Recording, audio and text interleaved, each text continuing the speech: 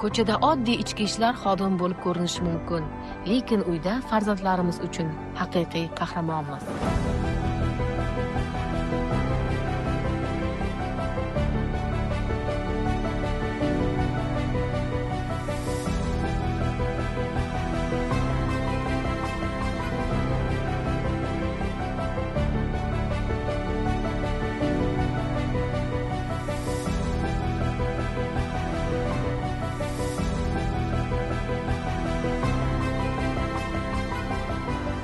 Ayol nozik qalb egasi, go'zallik shaydosi, borliqning mo'jizakor xilqati, jamiyatning ma'naviy tayanchi, olamning chiroy ko'zgusidir.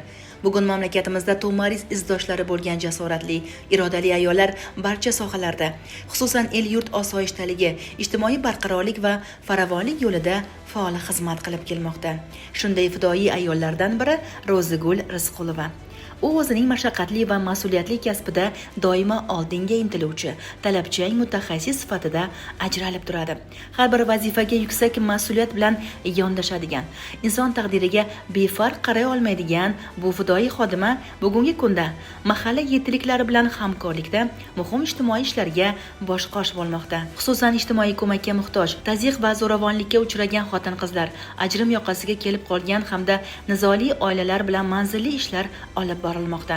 Ularning har biri bilan individual yondashuv asosida muloqot qilinib, muammolarning ildiziga yetish, eng muhimi, ularni jamiyatga qayta olib kirish yo'lida izchil sa'y-harakatlar amalga oshirilmoqda. Yurtimiz tinchligi, xalqimiz farovonligi va xalqining menga bergan ishonchi uchun uydan chiqaman.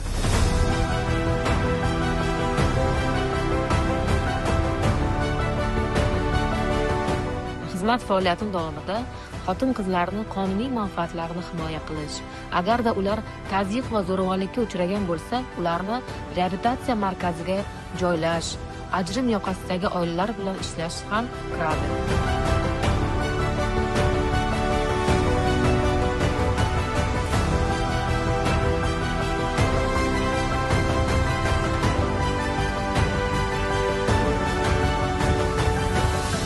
Ajrim yoqasidagi oilalar bilan ishlar ekanmiz, u xonadonga albatta mahalla yetkiligi, nuroniy otaxonlar va rasmiy otinoylar bilan birga kirib boramiz. Yosh oilalarga diniy, huquqiy, tibbiy, psixologik tushunchalar berganimizdan so'ng ko'plab oilalar yarashib ketganini guvoh bo'lganmiz. Bu esa bizning eng katta yutug'imiz hisoblanadi.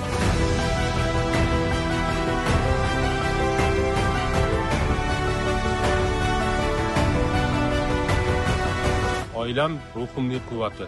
Kecha oqshom oilam davrasida o'tirgan vaqtimda o'g'lim kelib yonimga, "Dada, men sizni televizorda ko'rdim. Katta bo'lsam ham ichki ishlar xodimi bo'laman" deb aytdi. Shunda men yosh o'g'limda bunday niyatini ko'rib, kasbim bilan faxrlandim.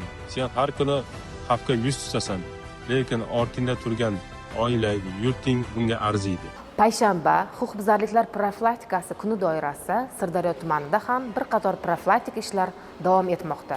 Xususan, mahalla vakillari, rasmiy otinoylar bilan birgalikda ajrim yoqasidagi oilalar, nizoli oilalar, yakka yolg'iz yashovchi oilalar holidan xabar olinmoqda. Ularning mavjud muammolari hal etilmoqda. Shuningdek, dolzarb 90 kunlik doirasida yozgi ta'til davrida yosh o'quvchilarni bo'sh vaqtlarini mazmunli foydalanishlari uchun yaratilgan o'quv markazlari ham o'rganilib kelinmoqda. Ro'zigul Rizqulova kabi ichki ishlar organlarida faoliyat yuritayotgan fidoyi ayollarimiz nafaqat ijtimoiy muammolarni hal etmoqda, balki jamiyatda huquqiy madaniyat va ishonch muhitini shakllantirishda ham katta hissa qo'shmoqda. Aynan shunday amaliy yordam va mehr bilan yo'g'rilgan insoniy yondashuvlar natijasida xotin-qizlarning ichki ishlar organlariga bo'lgan ishonchi yildan yilga ortib bormoqda. Farzandlarimizni bog'chadan olgandan so'ng uyda ularning bo'sh vaqtlarini mazmunli o'tkazish uchun oilaviy shaxmat, shashka o'ynaymiz, sport mashg'ulotlari bilan shug'ullanamiz. Kunimizni chiroyli tashkil etishga harakat qilamiz.